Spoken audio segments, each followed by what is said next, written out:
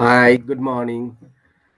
প্রিয় ছাত্রছাত্রীরা, তোমাদের আজকে আমি একটি নতুন জিনিস, প্রাচীন ভারতের ইতিহাসের অত্যন্ত গুরুত্বপূর্ণ বিষয় জানাতে চলেছি। তোমরা আজকে জানবে আজকে এই ভিডিওর মাধ্যমে যে আমরা মুদ্রা থেকে, মুদ্রা বা কয়েন্স থেকে কিভাবে ইতিহাস রচনা করতে পারি বা আমাদের মুদ্রা ভারতবর্ষের ইতিহাস রচনা করার ক্ষেত্রে কতটা গুরুত্বপূর্ণ ভূমিকা পালন করে থাকে। শুধু প্রাচীন না, মধ্যযুগ এবং আধুনিক যুগ, বর্তমান যুগেতেও মুদ্রা অত্যন্ত গুরুত্বপূর্ণ একটি উপাদান যেকোনো देशेर इतिहास रचना करार क्षेत्रे। तो आज का टॉपिक यही है कि कैसे हम लोग कॉइन से अपना हिस्ट्री लिख सकते हैं। तो ये हम आज तुम लोगों के सामने प्रेजेंट करने वाले हैं। তো আ সবাইকে স্বাগত জানাই আজকের এই নতুন ভিডিওতে। কেউ স্কিপ করবে না। সবাই তোমাদের স্টুডেন্টদের উদ্দেশ্যে এই বার্তা আমি দিতে চাইছি বারবার। আমার এই YouTube এবং ক্লাস নেওয়ার একটা বড় উদ্দেশ্য হচ্ছে ছাত্রছাত্রীরা, প্রান্তীয় এলাকার ছাত্রছাত্রীরা সবাই শুধুমাত্র ইতিহাসকে জানার জন্যই নয়, আগামী দিনে আমি তোমাদের নানান বিষয়ে জানাবো, চাকরি সংক্রান্ত বিষয়, কিভাবে তোমাদের ইন্টারভিউ ফেস করতে হয় এবং কিভাবে ইতিহাস, সবই ইতিহাস সংক্রান্ত বিষয়। এবং আমাদের তো অনেকেই আ ব্যাকগ্রাউন্ড সেভাবে শক্ত হয় না। কিন্তু তা সত্ত্বেও কিভাবে আত্মবিশ্বাসের সঙ্গে সেই ইন্টারভিউ বোর্ডকে আমরা ফেস করতে পারি। নানান বিষয় আমি তোমাদের আ সময়ে নানান ভিডিওর মাধ্যমে জানাতে থাকবো। তো তোমরা সবাই চ্যানেলটি সাবস্ক্রাইব করে নিও যাতে করে তোমরা কানেক্ট হতে পারো। যখনই কোনো ভিডিও শেয়ার হবে তখনই তোমাদের কাছে নোটিফিকেশন যাবে। ওকে, তাহলে শুরু করা যাক আজকের নতুন যে ভিডিও। সেই নতুন যে টপিক, সেই টপিকে আমি এটা বলতে পারি যে ভারতবর্ষের ইতিহাস রচনা করার ক্ষেত্রে প্রত্নতাত্ত্বিক উপাদান অত্যন্ত গুরুত্বপূর্ণ। প্রত্নতাত্ত্বিক উপাদানগুলোর মধ্যে ৩ টি পার্ট আমি বলতে পারি। একটা হচ্ছে লিপি, যেটাকে আমরা ইনস্ক্রিপশনস বলি। আরেকটা হচ্ছে কয়েন্স, মুদ্রা বলি। আরেকটা হচ্ছে আ স যেটা স্কাল্পচার অ্যান্ড পেইন্টিং। তো এটা আ এই ৩ টে পার্টের মধ্যে সবথেকে অন্যতম গুরুত্বপূর্ণ উপাদান হচ্ছে কয়েন্স। যারা স্কুলে পড়ছো ক্লাস 6, যারা কলেজে পড়ছো ফার্স্ট ইয়ার, যারা ইউনিভার্সিটি পড়ছো ফার্স্ট সেমিস্টার, তো তাদের ক্ষেত্রে বিশেষ করে অ্যানসিয়েন্ট ইন্ডিয়ান হিস্ট্রি নিয়ে যারা পড়াশোনা করছো, তাদের ক্ষেত্রে আজকের এই আমার কথাগুলি অত্যন্ত গুরুত্বপূর্ণ হতে চলেছে এবং যারা আগামী দিনে নানান চাকরি পরীক্ষায় প্রেজেন্টেশন দেবে। কারণ আমরা জানি ইন্টারভিউ বোর্ডে প্রেজেন্টেশন দিতে হয়। তো তাতেও তাদেরও কাজে লাগবে। খুব সংক্ষেপে বলব যে কয়েন্স, আমরা মোটামুটি এখনকার দিনে কয়েন্স তো আমরা চিনি। কয়েনের ২ টো দিক হয়। একটা অবভার সাইড, একটা রিভার্স সাইড। আমি তোমাদের নানান ছবি দেখাবো। সেই ছবির মাধ্যমে আমি তোমাদের বলবো যে কয়েন্স আমাদের কিভাবে ইতিহাসকে জানতে সাহায্য করছে। যদি আমরা প্রাচীন ভারতে ফেরত যাই, अगर हम लोग एंशिएंट हिस्ट्री में चले जाते हैं, तो कॉइन्स अलग-अलग धातु के हम लोगों को मिला है। एक तो सिल्वर मिला है या ब्रोंज मिला है, सिल्वर मिला है, गोल्ड में भी मिला है। उन ज़माने में कॉइन का इस्तेमाल किसके लिए किया जाता था, ये पहले समझ लेना चाहिए। हम लोग आजकल जो कॉइन का इस्तेमाल करते हैं किसके लिए? कुछ खरीदारी करने के लिए। उस ज़माने में भी ऐसा ही पर्पस था, लेकिन उस ज़माने में सिर्फ़ ये बिज़नेस का ही एकमात्र ज़रिया नहीं था। और भी बहुत सारे चीज़ थे, जो कॉइन्स के माध्यम से उस ज़माने में लोग जो थे, राजा जो थे या और भी ऑर्गनाइज़ेशन थे, वो लोग कॉइन्स के माध्यम से लोगों को ইনফরমেশন দিতে थे। কয়েনের মাধ্যমে শুধুমাত্র যে অর্থনীতি বা বাণিজ্যের ব্যাপারটাই হয়ে থাকে এমনটা কিন্তু নয়। কয়েনের মাধ্যমে নানান জিনিসকে আমরা জানতে পারবো। সেটা সমাজ হতে পারে, অর্থনীতি হতে পারে, সংস্কৃতি হতে পারে, শিল্পকলা হতে পারে। Every aspects of life we can see from our coins, especially ancient Indian coins. তো এই আমাদের ভারতবর্ষের প্রাচীন ভারতবর্ষের যে ধরনের কয়েন্স আমরা কথা বলছি, সেই কয়েন্স গুলোর গুরুত্ব কোথায়? এটা হচ্ছে তোমাদের এক্সামে নানান পরীক্ষায় প্রশ্ন আসে। গুরুত্ব কোথায়? What is the importance? First হচ্ছে, আমি যদি তোমাদের বলি যে কয়েন্স গুলোর যে গ্রহণযোগ্যতা এবং কয়েন্স গুলোর যে প্রাপ্তি স্থান এবং কয়েন্স গুলোর যে ধরন, কয়েন্স গুলোর যে গঠন, কয়েন্স গুলোর যে ওজন, কয়েন্স গুলোর ধাতুর যে ভিন্নতা, এই সব কিছুই আমাদের ইতিহাস জানার জন্য অত্যন্ত গুরুত্বপূর্ণ বিষয়।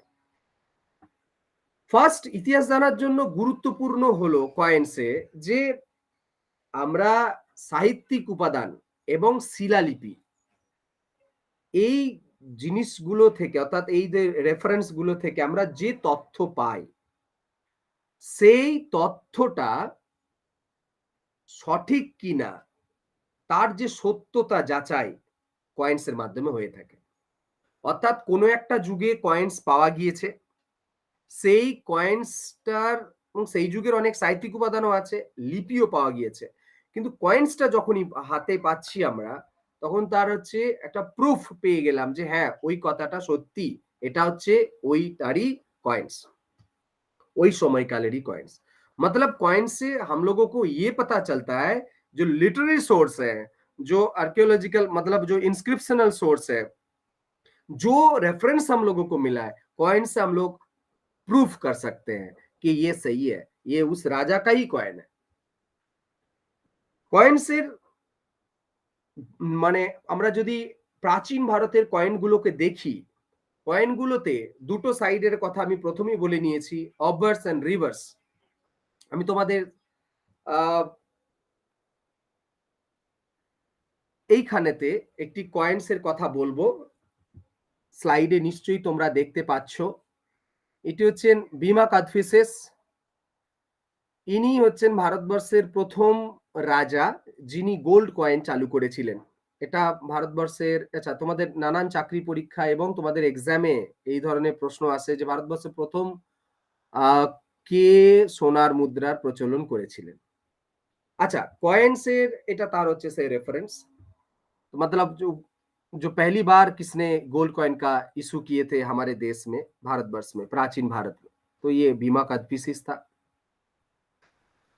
কয়েন্সে কি কি থাকে দেখো, এটা কয়েনের একটা সামনের দিক একটা পিছনের দিক, অবভার্স এন্ড রিভার্স। তো কয়েনে কি কি থাকে দেখো, কয়েনে থাকে রাজার নাম, কয়েনে থাকে সাল এবং তারিখ, তারিখটা না হলে সাল বলা হয়ে থাকে। কয়েনে থাকে রাজার মূর্তি, যেটা তোমরা দেখতে পাচ্ছ। কয়েনে থাকে নানান দেব দেবীর মূর্তি, আমি তোমাদের দেখাবো।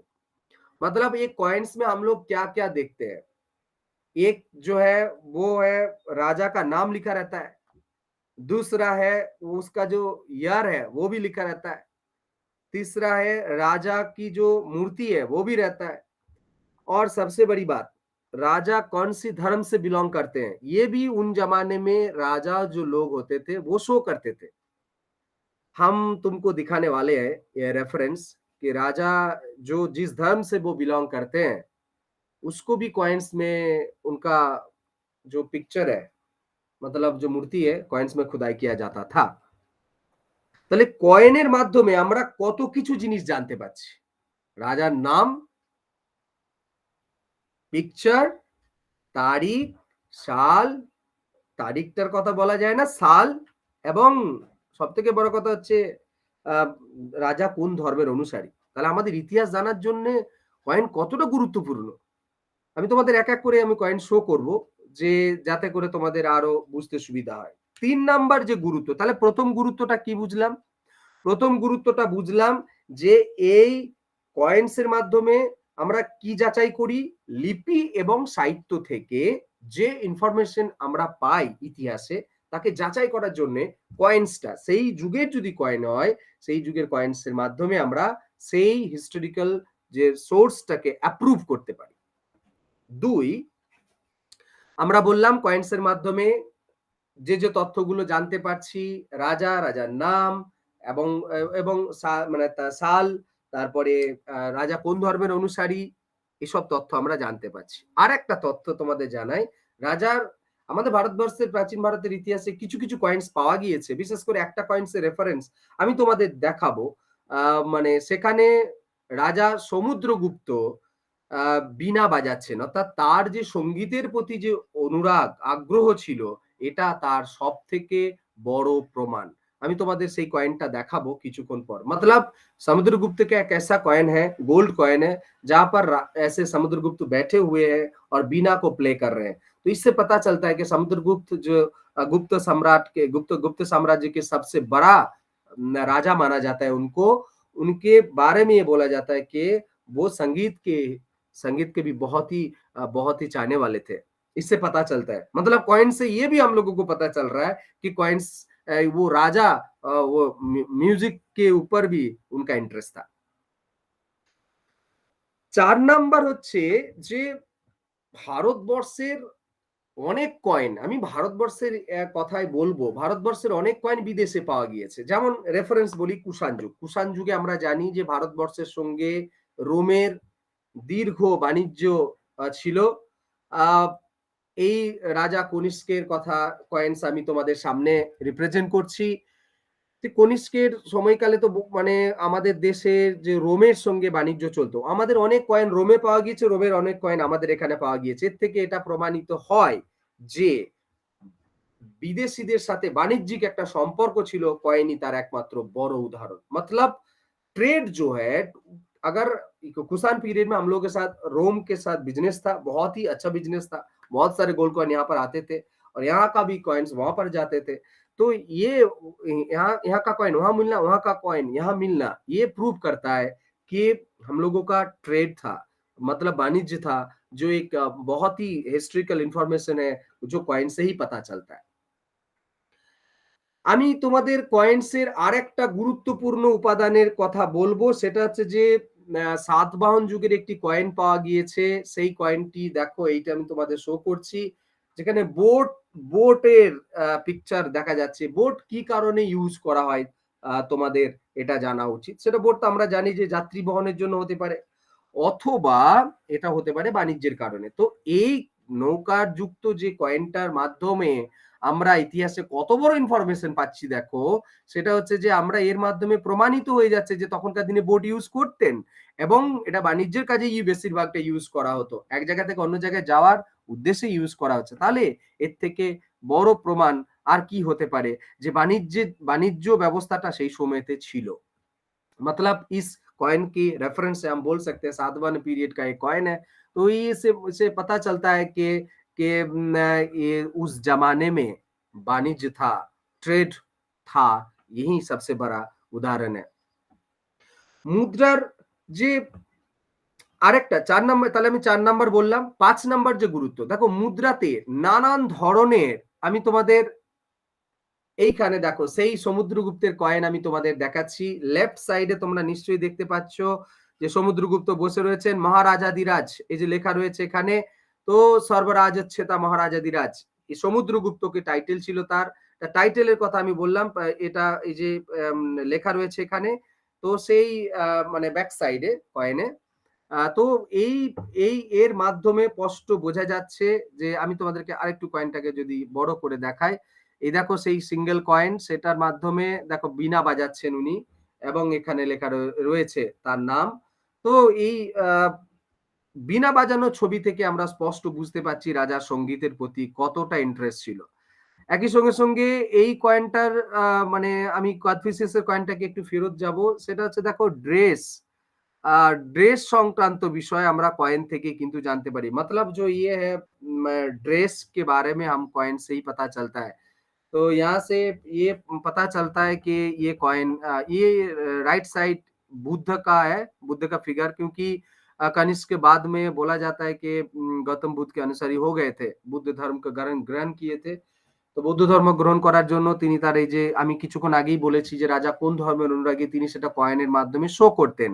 দেখো ব্যাক সাইডে বুদ্ধের কথা, এখানে কিন্তু বুদ্ধের যে চিত্র সেই চিত্র কিন্তু এখানে অঙ্কিত রয়েছে। এর থেকে স্পষ্ট প্রমাণ যে রাজা কোন ধর্মের অনুরাগী ছিলেন কয়েনের মাধ্যমে আমরা জানতে পারছি। তাহলে কিন্তু ড্রেসের সম্পর্কেও আমরা জ্ঞাত হলাম যে এই ধরনের রাজারা তখনকার দিনে ড্রেস পরতেন। এখন এই যে ধর্ম ব্যাপারটা জানলাম, ড্রেস ব্যাপারটা জানলাম। গুপ্ত রাজাদের যে গুপ্ত রাজাদের সময়কালেতে আমরা দেখতে পাবো যে বিভিন্ন ধরনের মুদ্রা। এখন কুষাণ যুগেতে অলরেডি যেহেতু গোল্ড কয়েন শুরু হয়ে গেছিল। আমি তোমাদেরকে একটা ১ম এর দিকের কয়েন দেখাই। সেটা হচ্ছে মৌর্য যুগে ৫ মার্ক কয়েন।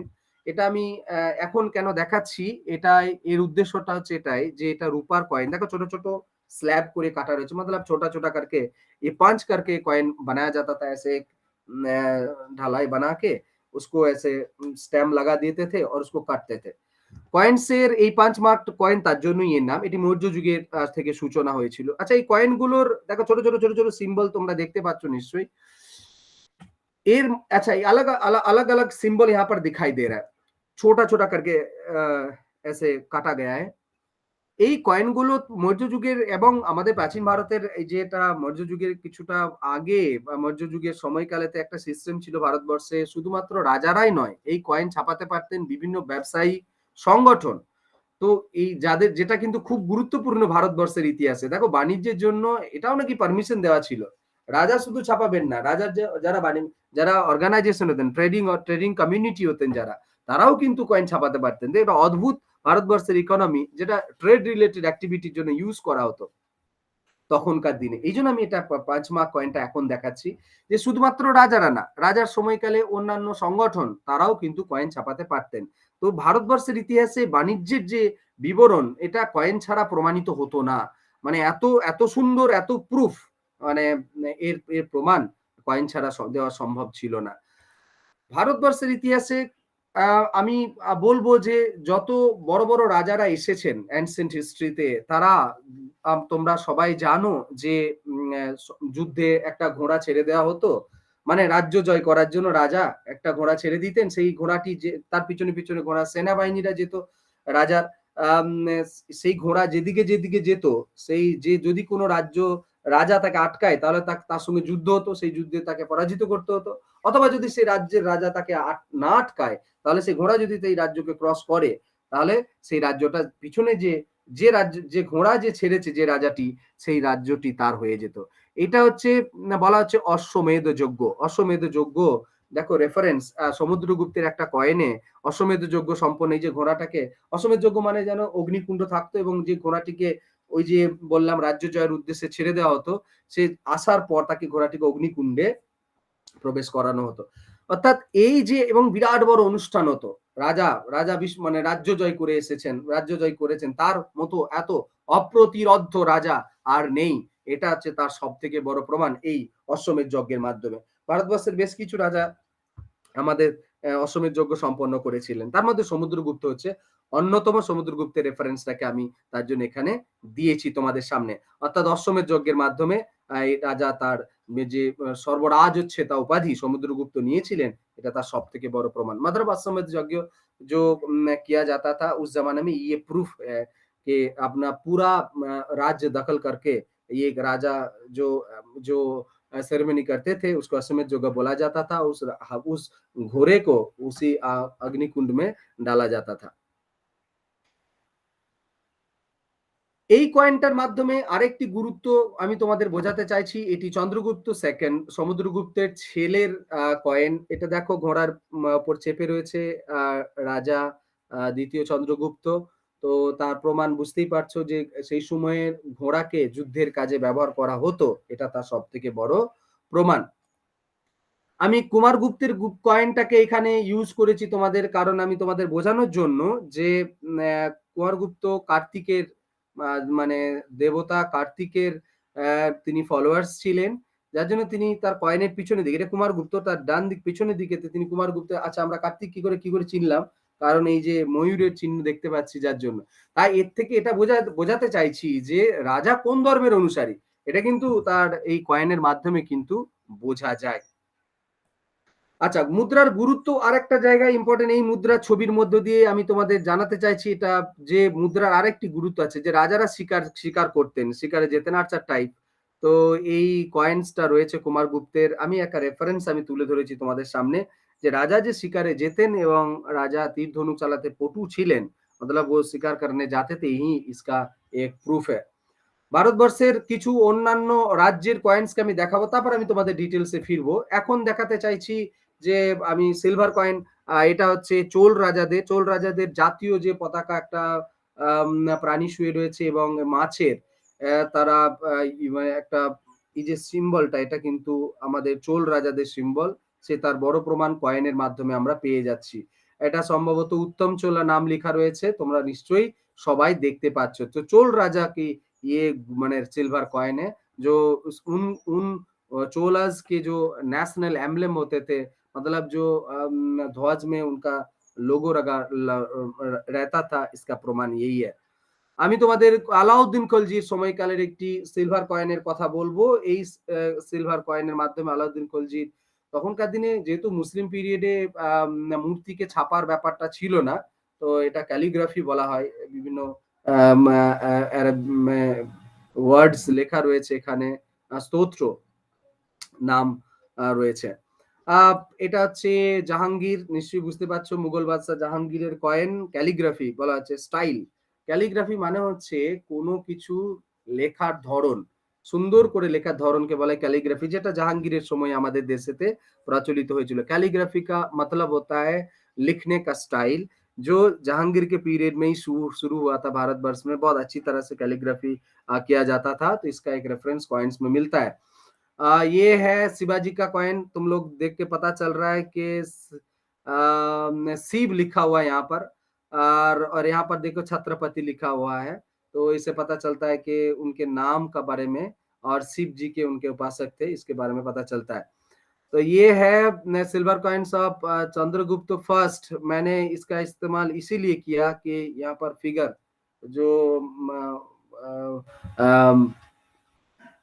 जो हम लोग शक खत्रब जो राजा थे उस जमाने में, वेस्टर्न वेस्टर्न खत्रब जिस लोग जहाँ जिनको हम लोग बोलते थे कि गुजरात और सौराष्ट्र एरिया में राजा थे, वही लोग पहले हमारे भारतवर्ष में ये मूर्ति जो पूरा फिगर होता था राजा का, वो उन्होंने पहली बार एक कॉइन में इस्तेमाल किए थे। बस इसी का ही रेफरेंस हम इसलिए इस्तेमाल कर रहे हैं यहाँ पर। প্রথমবার শক রাজারা মনে রাখবে, তোমাদের বিভিন্ন চাকরি পরীক্ষায় প্রশ্ন আসে যে ভারতবর্ষে কারা প্রথমবার আর কয়েনে মানে রাজার যে মুখমণ্ডল এই ছাপার ব্যবস্থা করে, তারা হচ্ছেন শকক্ষত্রপ, যারা বিদেশ থেকে এসেছিলেন তাদের শকক্ষত্রপ রাজারা প্রথমবার আমাদের ভারতবর্ষে মূর্তিতে মুদ্রা ছাপের ব্যবস্থা করেছিলেন। আচ্ছা, এটা হচ্ছে মাধবরাও সিন্ধিয়া, যেটা ব্রিটিশ ইস্ট ইন্ডিয়া কোম্পানির সময়কালে তারা গোয়ালিয়র রাজ্যের কিছু কয়েনের ছবি দেখাচ্ছি। এটা নিশ্চয়ই বুঝতে পারছো ব্রিটিশ ইন্ডিয়ার কয়েন, ভিক্টোরিয়ার ছবি রয়েছে। ওয়ান মোহর ইন্ডিয়া 1862। আর এটা হচ্ছে সেই আমাদের বর্তমান ভারতবর্ষের দুটি কয়েনের ছবি আমি তোমাদের দিয়েছি, 2 টাকা এবং 10 টাকা। এখন কয়েন্স এর এই যে মানে ধরনগুলো কেমন ছিল একবার জাস্ট জেনে নিই। কয়েন্স এর ধরন আমি তোমাদের যে পরপর নানান ধরনের, ধরো এটা একটা ধরন, এবং এখানে মূর্তি এবং প্রতীক, এটা ধরো এই একটা ধরন। এখানে তো নানান ধরনের দেখো সিম্বল রয়েছে, ছোট ছোট করে সিম্বল রয়েছে একটা কয়েন্স, এই দেখো ছোট ছোট সিম্বল। আর এটা একটা ধরন। তো কখনো কখনো মূর্তি, কখনো কখনো প্রতীক, কখনো কখনো রাজা যে মানে শিকার করতে যাচ্ছেন বা ধর্মের অনুরাগী তার জিনিসপত্র, কিন্তু এর ধরন অনুযায়ী কয়েন্সকে তারা ব্যবহার করেছেন এবং নিজেদের আইডেন্টিটিটাকে আলাদা করে রাখার জন্য কয়েন্সকে তারা বারবার ইউজ করেছেন।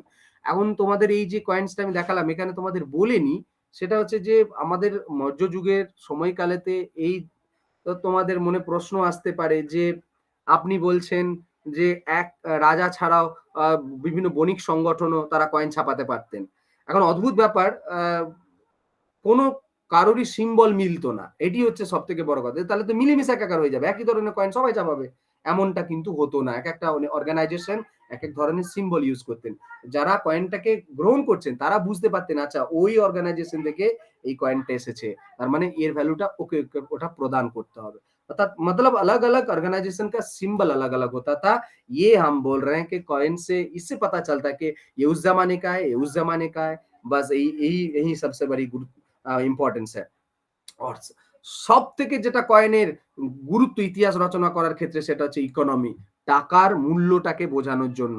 আমি তোমাদের ২ টো কয়েন দেখাচ্ছি। ধরো একটা এটা বলছি সোনার কয়েন। আবার ধরো আমি এখানে এখানে আরেকটা আম আরেকটা কয়েন অন্য ধাতুর কয়েন দেখালাম। আরেকটা ধরো তোমাকে আরেকটা দেখাচ্ছি এই যে এটা রূপার কয়েন দেখালাম। এখন এই যে রূপার কয়েন দেখালাম, এইগুলো দেখানোর উদ্দেশ্যটা কি? এইগুলো দেখানোর উদ্দেশ্য ভারতবর্ষের অর্থনীতিটাকে বোঝানো যাবে। যেমন ধরো কোনো একটা রাজ্যের রাজা যদি বেশি, বেশি করে গোল্ড কয়েন ছড়িয়ে মানে প্রচলন করে থাকেন, তাহলে সেই রাজ্যের রাজার ভ্যালুটা কি? তাহলে ধরে নিতে হবে যে সেই রাজ্যের রাজার অর্থনীতি অবস্থা খুব ভালো ছিল। যার জন্য তো তিনি গোল্ড কয়েন বেশি প্রচলন করতে পেরেছেন। রূপার কয়েন কম পাওয়া গিয়েছে। ব্রোঞ্জের কয়েন কম ইউজ করা হয়েছে। অর্থাৎ যদি আবার কোনো একজন রাজ্যের রাজা, যেমন ধরো গুপ্ত রাজাদের, যেমন আমি এটা সিম্পল তোমাদের উদাহরণ দিলাম। এটা তো কনিষ্কের কয়েন। আমি ধরো তোমাকে গুপ্ত রাজা সমুদ্রগুপ্তের কয়েন দেখালাম। আবার আরেকটা জিনিস দেখাচ্ছি, এই যে এখন এই সমুদ্রগুপ্তের দেখো সমুদ্রগুপ্তের এই গোল্ড কয়েন আর কুমারগুপ্ত শেষের দিকে রাজা, এই গোল্ড কয়েনের মধ্যে পার্থক্যটা কি? খাদ বেশি হচ্ছিল। অর্থাৎ সোনার যে খাদ আমরা সবাই জানি গহনা তৈরি করার সময় যে খাদ ইউজ করা হয়। দেখো এর এর যে মানে পিউরিটিটা অনেক বেশি ছিল। এই কয়েনটার পিউরিটিটা অনেকটা কমেছে। অর্থাৎ এর থেকে বোঝা যাচ্ছে যে অর্থনৈতিক অবস্থা গুপ্ত যুগে সমুদ্রগুপ্তের সময় যে লেভেলের ছিল, কুমারগুপ্তের সময় কিন্তু কমেছে। অর্থাৎ আমাদের ইতিহাস জানার ক্ষেত্রে এটা খুব ভাইটাল জিনিস যে আমাদের ভারতবর্ষের অর্থনীতি ক্রমাগত চেঞ্জ হয়েছে, উপর নিচে হয়েছে। কয়েনের মাধ্যমে সেটা বোঝা যায়। আমি সেটাই তোমাদের বলতে চাইছি। যদি সেই রাজ্যের রাজা বেশি সিলভার কয়েন ইস্যু করে থাকেন, যেকোনো রাজা হতে পারেন, তাহলে তার ধরে নিতে হবে তার, কারণ আমরা গোল্ডকে তো আমাদের সমাজের অর্থনীতির মূল্যায়ন করি গোল্ডের মাধ্যমে। आजो ताई मतलब आज के जमाने भी हम लोग सोने का ही एकमात्र जो इकोनॉमी की जो स्टैंडर्डाइजेशन हम लोग यही करते हैं। सोना को किसके पास कितना सोना है बस उसी को हम मानते हैं। तो उस जमाने में भी ऐसा ही था। मान लो कि गुप्त पीरियड समुद्रगुप्त का ये कॉइन्स इसका प्योरिटी ज्यादा था, इसका प्योरिटी कम हो गया। मतलब इससे पता चलता है कि इकोनॉमी নিচে কি তরফ যা रहा था। তো ভারতবর্ষ ইতিহাস রচনা করার ক্ষেত্রে কিন্তু এই কয়েন্সের গুরুত্ব কিন্তু ভীষণভাবে গুরুত্বপূর্ণ। আর সবথেকে বড় কথা বিদেশীদের সাথে আমাদের যে যোগাযোগ, বিদেশীদের সাথে আমাদের এই যোগাযোগটা কয়েন্সের মাধ্যমেই প্রমাণ হয়। এবং আমরা জানি যে আমরা যদি সাহিত্যে অনেক রাজার নাম জানতে পারা যায়। আমি তোমাদের সমুদ্রগুপ্তের কয়েন্সে দেখালাম সর্বরাজচ্ছেতা উপাধি যেটা লেখা রয়েছে, সর্বরাজচ্ছেতা উপাধি। এই মানে কয়েন্সের মাধ্যমে আমরা রাজাদের উপাধি জানতে পারছি। অনেক রাজার নাম আমরা জানতে পারছি কয়েন্সের মাধ্যমে। এমন দেখা যায় যে সাহিত্যেতে মোটামুটি আমরা গ্রিক যে লেখমালা পাওয়া গিয়েছে বেশিরভাগ ক্ষেত্রে দেখা গেছে ৪-৫ জন রাজার নাম পাওয়া যায়। কিন্তু অপরদিকে মুদ্রাগুলোতে প্রায় ৩০ জন রাজার নামের কথা বলা হচ্ছে, আমরা পেয়েছি, রানীর নাম পাচ্ছি। অর্থাৎ মুদ্রার সাহায্যে গ্রিকরা আমাদের দেশে যে এসেছিলেন তাদের তাদের আধিপত্যের কথা আমরা কিন্তু ভারতবর্ষের ইতিহাসে জানতে পারছি। এছাড়া এমন রাজাদের ইতিহাস আছে, আমাদের ডাইনেস্টি আছে যাদের কয়েনের মাধ্যমে ইতিহাসটা প্রমাণিত। যেমন আমি কুষাণ যুগের কথা। কুষাণ যুগের বেশিরভাগ ইতিহাস কিন্তু কয়েন্সের মাধ্যমে আমরা, কয়েন্স যদি না থাকতো কুষাণ যুগের ইতিহাস নিয়ে অনেক তথ্য কিন্তু আমরা জানতে পারতাম না। শক, পার্থিয়ান, কুষাণ এই ৩ টে রাজবংশের ইতিহাস কিন্তু আমরা মুদ্রা থেকেই কিন্তু জানতে পারি। যার জন্য মানে লিপি আর লিটারি সোর্স, যেটা ইনস্ক্রিপশন লিটারি সোর্স আমাদেরকে তথ্য দেয় এটা ঠিক অবশ্যই, কিন্তু কয়েন্স আমাদের কাছে আরো যেন একটা দলিল মানে আমাদের কাছে। আবার কিছু রাজবংশের ইতিহাস আছে, যেমন ধরো মল্ল, যৌধেয়, আবার পাঞ্চাল, মিত্র, এই যে মৈত্রক যাদের বলা হচ্ছে, তো এদের তথ্য কিন্তু আমরা মুদ্রা থেকে জানতে পারছি, এদের আর অন্য কোনো রেফারেন্স নেই। এই অর্থাৎ ভারতবর্ষের ইতিহাস রচনা করার ক্ষেত্রে মুদ্রাগুলি একে অপরের পরিপূরক। অর্থাৎ লিটারি সোর্স এবং ইনস্ক্রিপশন যদি আমাদেরকে তথ্য দেয় তাহলে মুদ্রা সেগুলোকে প্রুভ করে। যদিও পরবর্তীকালে আর্লি মেডিভেল পিরিয়ড এবং আমরা হর্ষবর্ধনের পর থেকে দেখবো কয়েন্সের প্রাবল্যতা কমছে এবং আমাদের বাংলার পাল, সেন কিছুটা কমেছিল, কারণ অর্থনীতি কিছুটা ডাউন হয়েছিল এটা অনুমান করা হচ্ছে। যদিও লিটারি সোর্স এবং ইনস্ক্রিপশন এই সময় ভ্যালিড বেড়ে যাচ্ছে মানে হিস্ট্রি রচনা করার ক্ষেত্রে, তবুও ভারতবর্ষের ইতিহাসে মুদ্রার গুরুত্ব কিন্তু কোনো অবস্থাতেই অস্বীকার করা যায় না। তো আমরা আজকে জানলাম যে ভারতবর্ষের ইতিহাস রচনা করার ক্ষেত্রে মুদ্রা কতটা গুরুত্বপূর্ণ। একবার জাস্ট ছোট্ট করে সামারি করে দিই যে ভারতবর্ষের ইতিহাস রচনা করার ক্ষেত্রে মুদ্রা কতটা গুরুত্বপূর্ণ। ফার্স্ট হচ্ছে মুদ্রা থেকে আমরা কি জানতে পারছি? মুদ্রা থেকে আমরা জানতে পারছি যে লিপি এবং সাহিত্যে যা তথ্য সেটা আমরা যাচাই করতে পারি মুদ্রার মাধ্যমে ১। ২, মুদ্রাতে রাজার নাম, উপাধি এবং ইয়ার মেনশন করা থাকে এবং সেটা আমরা জানতে পারছি। ৩, রাজার যে ড্রেস আপ সেটা জানতে পারছি। ৪, রাজা সঙ্গীতানুরাগী ছিলেন। কখনো, কখনো তিনি শিকার করতে যেতেন, ঘোড়ায় চাপতেন। তার পুরো প্রমাণ আমরা কিন্তু মুদ্রার মাধ্যমে যাচাই করতে পারছি। আর সবথেকে বড় কথা বিদেশের সাথে আমাদের যোগাযোগ ছিল। বাণিজ্যের প্রমাণ মুদ্রার মাধ্যমে জানতে পারছি এবং লাস্ট যেটা হচ্ছে ভারতবর্ষের অর্থনীতি উঁচু থেকে নিচু এই যে ডাউনফল হয়েছিল আবার কখনো কখনো উঁচুতে হয়েছিল গোল্ড কয়েনের প্রাবল্য পাওয়া মানে হচ্ছে উঁচু হয়েছিল মানে অর্থনীতি সমৃদ্ধ হয়েছিল আবার নিচেতে যদি আমরা দেখি যে সিলভার কয়েনের প্রাবল্য বেশি হচ্ছে তাহলে জানবো যে অর্থনীতি কিছুটা ডাউনের দিকে ছিল অর্থাৎ এটার প্রমাণও কিন্তু আমরা পাচ্ছি তো आज हम जो डिस्कस किए हैं इसका थोड़ा सा समरी हम लोग बता देते हैं पहला ये जो inscription what is the importance of coins तो एक एक करके बता देते हैं छोटे छोटे करके पहला इंपॉर्टेंस यही है लिटरेरी सोर्स और इंस्क्रिप्शन सोर्स के हिसाब से हिस्ट्री के बारे में जो भी पता चलता है उसका प्रूफ हम लोग कैसे करते हैं ये कॉइन्स के हिसाब से करते हैं दूसरा है मुद्रा में जो कॉइन्स में क्या है राजा का नाम मिलता है ईयर मिलता है और उनका जो फिगर है वो भी मिल जाता है राजा राजा कौन से धर्म में रहते हैं इसका भी पता चलता है मुद्रा के कारण उनका ड्रेसअप के बारे में पता चलता है उनका अश्वमेध यज्ञ वो धर्म के बारे में और वो जो अश्वमेध यज्ञ जिसको हम लोग बोलते हैं कि पॉलिटिकल यूज तो उसका भी बारे में पता चलता है और विदेश के साथ हम लोग का ट्रेड के बारे में पता चलता है और अंत में हम लोग बोल सकते हैं कि ये जो इकोनॉमिक कंडीशन कैसा था उस जमाने में कौन सी राजा के टाइम में इकोनॉमी कौन सी स्तर में था ये भी कॉइन से ही हम लोगों को पता चलता है তো আশা করি তোমরা মোটামুটি বুঝতে পেরেছো বারবার দেখবে আর আর আর ছবিগুলো একটু ভালো করে গুরুত্ব দিয়ে দেখার চেষ্টা করবে আমি আমার তরফ থেকে চেষ্টা করলাম যখন তোমরা কোনো ইন্টারভিউ বোর্ডে প্রেজেন্ট করবে তখন একটা রেপ্লিকা নিয়ে যাওয়ার চেষ্টা করবে যাতে করে সেই রেপ্লিকার মাধ্যমে তুমি তাদেরকে বোঝাতে পারো যে দেখুন একটা কয়েন্সে কত ভ্যালিড রয়েছে একটা প্রিন্ট আউট করে নিয়ে সেটাকে রেপ্লিকা বানিয়ে তোমরা নিয়ে যেতে পারো একটা ব্রোঞ্জের একটা সিলভার আর একটা গোল্ড তার মধ্যে তোমরা এই ডিভিশন গুলো দেখাতে পারবে এবং 5 মিনিটের মধ্যে তোমাকে প্রেজেন্টেশন দিতে হবে 4 মিনিটের মধ্যে